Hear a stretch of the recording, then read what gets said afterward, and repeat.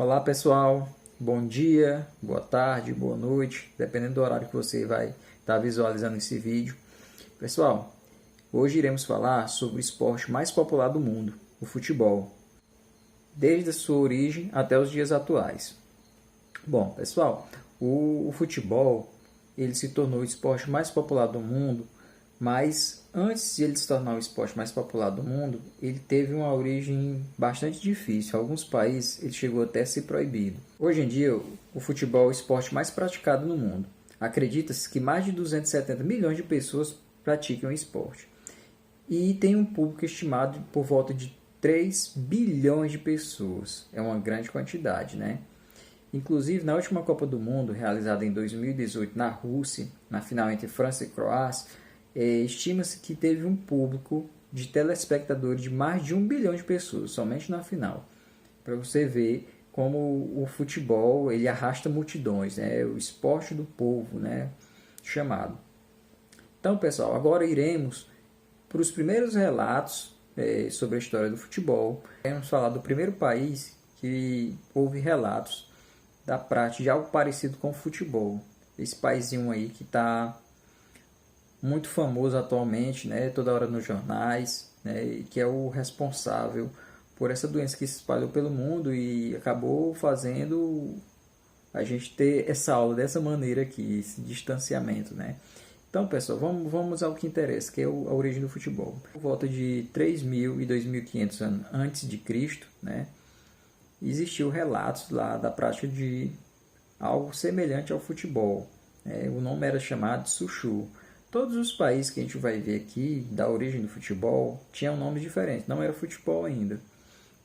Então, lá na China, chamado de Sushu, né, e como é que era praticado esse esporte? Algo muito semelhante ao futebol. Lá na China era um esporte muito bárbaro. O que é que eles faziam? Os inimigos, os invasores, eram decapitados e eles chutavam a cabeça desses inimigos. Essa cabeça dos inimigos, os soldados saíam chutando, simbolizavam a bola. Então, isso foi o primeiro relato de prática de futebol. Tinham que chutar essa cabeça entre essas estacas ao chão. Com o passar do tempo, os chineses foram evoluindo o esporte e depois passaram de chutar cabeças de inimigos derrotados, de crânios, e começaram a jogar com bolas feitas de bexiga de boi. Solicita permiso al emperador para que dé comienzo el encuentro.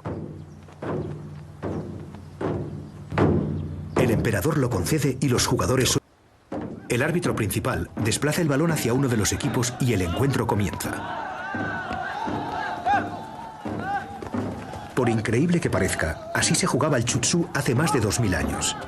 Es el más antiguo juego que tenga semejanzas con el fútbol actual, aunque no hay... En dos de los muros hay 6 porterías curvas, los Yushi.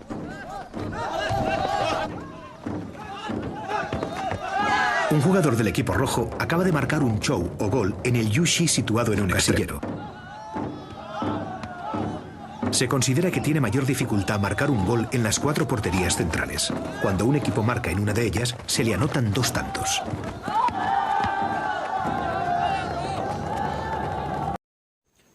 O segundo país que temos relatos sobre a prática do futebol é o Japão, também conhecido como Terra do Sol Nascente. Esse apelido foi dado pelos chineses, né? A gente encontra em alguns livros falando sobre isso, que os chineses, ao leste deles ficava o Japão, e era onde o sol nascia. Então eles colocaram esse apelido, Terra do Sol Nascente, japonês. E aí, pessoal, lá no Japão, os relatos da prática de futebol eram chamados de kemari. A bola era feita de bambu, artesanalmente feita de bambu. E aí a bola simbolizava o sol. Se vocês observarem essa bandeira do Japão, né, o cara que desenhou essa bandeira do Japão, ele estava muito inspirado, né? Brincadeiras à parte, essa bandeira do Japão aí, esse símbolo vermelho, ele simboliza o sol. Então os japoneses eles têm uma adoração pelo sol.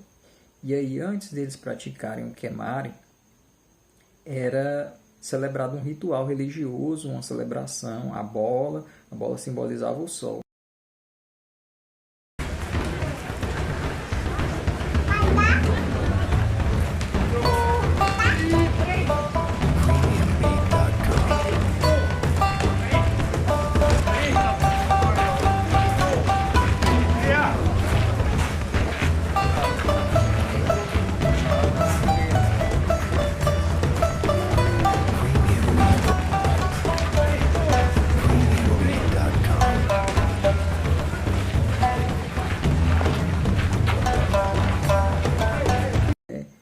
Grécia era chamado de episquíros. Esse episquíros já tinha uma certa quantidade de jogadores, né? Eram 9 e poderia ir a 15, dependendo do tamanho do campo. O campo já era retangular e a bola era feita de bexiga de boi com ar e areia. Já começou a botar um pezinho a mais na bola e determinar a quantidade de jogadores. Essa quantidade de jogadores variava conforme o tamanho do campo. Se o campo fosse pequeno, menos jogadores. Se o campo fosse grande, aumentava a quantidade de jogadores. O mínimo era 9, o máximo 15. Então era isso. Na Grécia, basicamente, era isso. Outro relato que temos também é no México, né? Antigamente era chamado Península de Yucatán. E aí, os maias, os sacrifícios maias, né? Já está dizendo o nome. Esse aí um dos relatos mais bárbaros que existiu. Maias, eles jogavam um jogo lá chamado Poca-Tapoca também, né? E aí poderia utilizar tanto as mãos como os pés, né? O que é que acontecia? Ele tinha que acertar um furo circular do lado de cada equipe adversária, né? E após o final do jogo, a equipe perdedora tinha um capitão, né? Esse capitão era o responsável pela equipe, chamado de atirador-chefe. Se a equipe perdesse, esse capitão da equipe era sacrificado, né? Por que era sacrificado? Porque para eles o capitão é o líder, né? Ele era responsável pelas estratégias da equipe. Se a equipe perdesse, ele era acusado de não ter elaborado as estratégias corretas, né? E era o culpado principal da derrota. Então ele era sacrificado. Esse outro relato aí da Grécia também, chamado de Rapastum. Isso aí é basicamente a mesma coisa do Episquíros, né? Ele é descendente do Episquíros, né? O campo retangular, a bola feita de bexiga de boi, a quantidade de jogadores variava conforme o tamanho, as dimensões do campo, né? E aí temos esse seguinte aqui, que é o Solheim. Solheim é o jogo francês, né? Esse jogo francês aí, ele, em determinado momento, ele foi proibido pelo rei Henrique II, porque o mesmo era barulhento e violento. Como eu falei para vocês lá no início do vídeo, em alguns países ele foi proibido. Na França é um caso deles. E quem descumprisse essa norma, né, do rei Henrique II, este mesmo era preso, né? Sendo que esse esporte lá na França, só quem praticava era classe nobre, né? Os aristocratas, o pessoal de condição. Una vez frente a frente, Brendan, el líder del pueblo de la pequeña Catel, se encara con sus vecinos y rivales.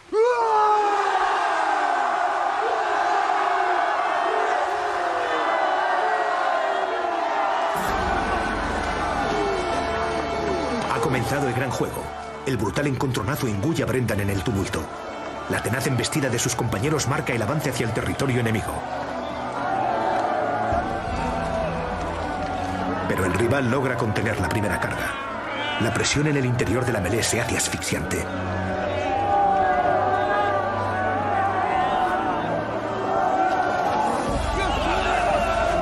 Brendan aprovecha el desconcierto para pasar el balón a un compañero que, sorteando contrarios, arranca rápidamente hacia el pueblo rival.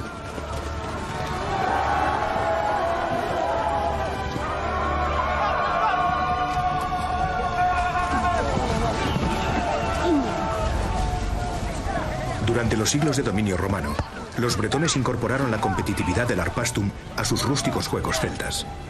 Y este fue el resultado: el nacimiento de una pasión. Hombres, mujeres y niños luchan por llevar una pelota de cuero a la meta rival. ¿Les suena de algo? El símbolo con que los druidas adoraban a Sul, la diosa celta del sol, se había convertido en el soul, el balón que da nombre al gran juego de los bretones.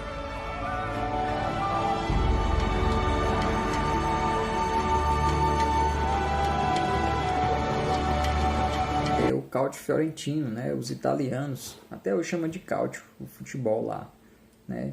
Os italianos são tão apaixonados pelo futebol como os brasileiros, né? E aí, por volta de 1580, Giovanni de Bardi, né? Ele começou a introduzir algumas pequenas regras. Dentre elas, a grande quantidade de juízes, né? Eram 10 juízes para controlar o jogo. que esse mesmo era um tanto violento também, né? Tinha jogadores com dente quebrado, porque podia jogar tanto com os pés como com as mãos. Então um pegava a bola, saia correndo, o outro corria atrás, derrubava, ficava um tumulto. Era até difícil distinguir em determinados momentos quem era de cada equipe. O jogo se espalhou lá rapidamente, virou paixão mesmo lá por os italianos. O objetivo do jogo era fazer o gol. No fundo de cada lado de cada equipe tinha umas barracas armadas e o objetivo era fazer a bola entrar dentro de cada barraca, né? E aí a equipe adversária tentava impedir.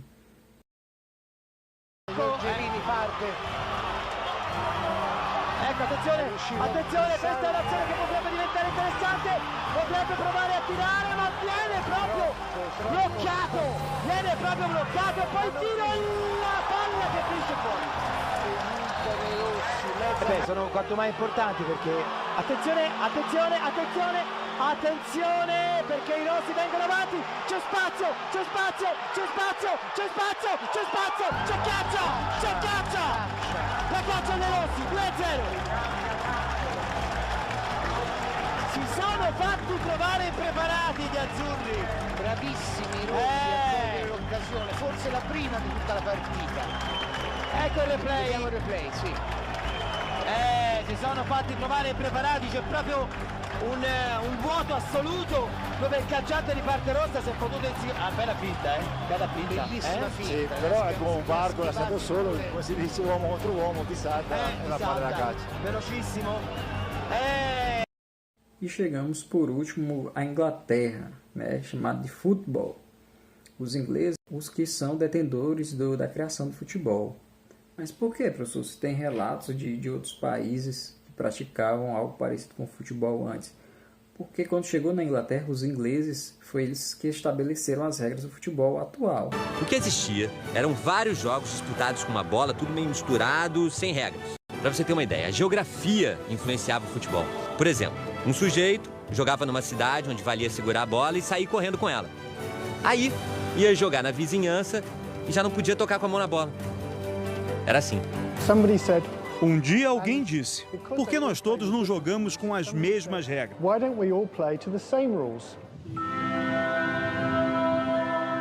Foi na Universidade de Cambridge. Cansados daquela informalidade, um grupo de alunos se reuniu e criou 11 regras com o objetivo de uniformizar o futebol. Depois eles saíram pelo campus da universidade. E nas árvores afixaram folhas de papel onde estavam escritas as regras daquele que um dia se tornaria o esporte mais popular do mundo. Ali, nas árvores, estavam as sementes do futebol. Regra número 2, saída de bola. No começo do jogo, a bola deve ser chutada no meio do campo. Após cada gol, o jogo deve recomeçar desta mesma maneira. E não é assim até hoje? A bola está rolando. Regra número 6, tiro de meta. Quando a bola sai pela linha de fundo, deve ser recolocada em jogo pelo lado em que deixou o campo. A bola deve ser chutada a não mais do que 10 passos da linha de fundo. Sim, agradeça aos alunos de Cambridge a existência das fantásticas cobranças de tiro de meta. Regra número 7, o gol. Gol é quando a bola é chutada entre as traves e abaixo do cordão. Isso aí mudou um pouco, já não é mais cordão, agora chamamos de travessão.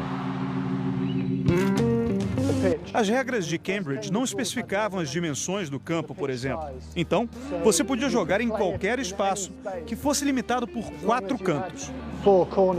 Originalmente, os torcedores se posicionavam na linha lateral do campo. Então a bola não saía, porque as pessoas chutavam a bola de volta para o campo. Ou seja, eles influenciavam no andamento do jogo sem que fizessem parte da partida. Para impedir essa ação, inventaram o lateral. E aí você deve estar se perguntando, e a regra número 1? Número 1, teoricamente, a regra mais importante, né?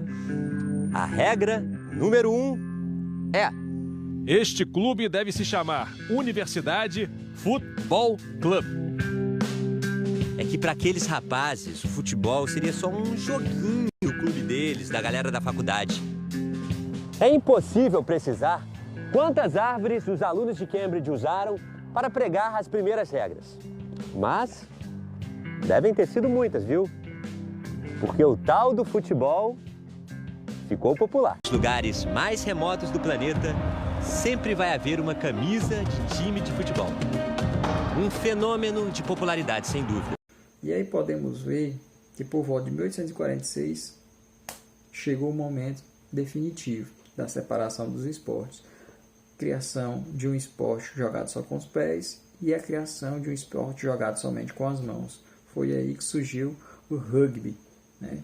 Então, pessoal, nessa primeira aula de hoje, era isso que eu queria falar sobre a origem do futebol. Na aula seguinte, iremos falar sobre as dimensões do campo, os tipos de grama que podem ser utilizados no jogo, a quantidade de jogadores por equipe.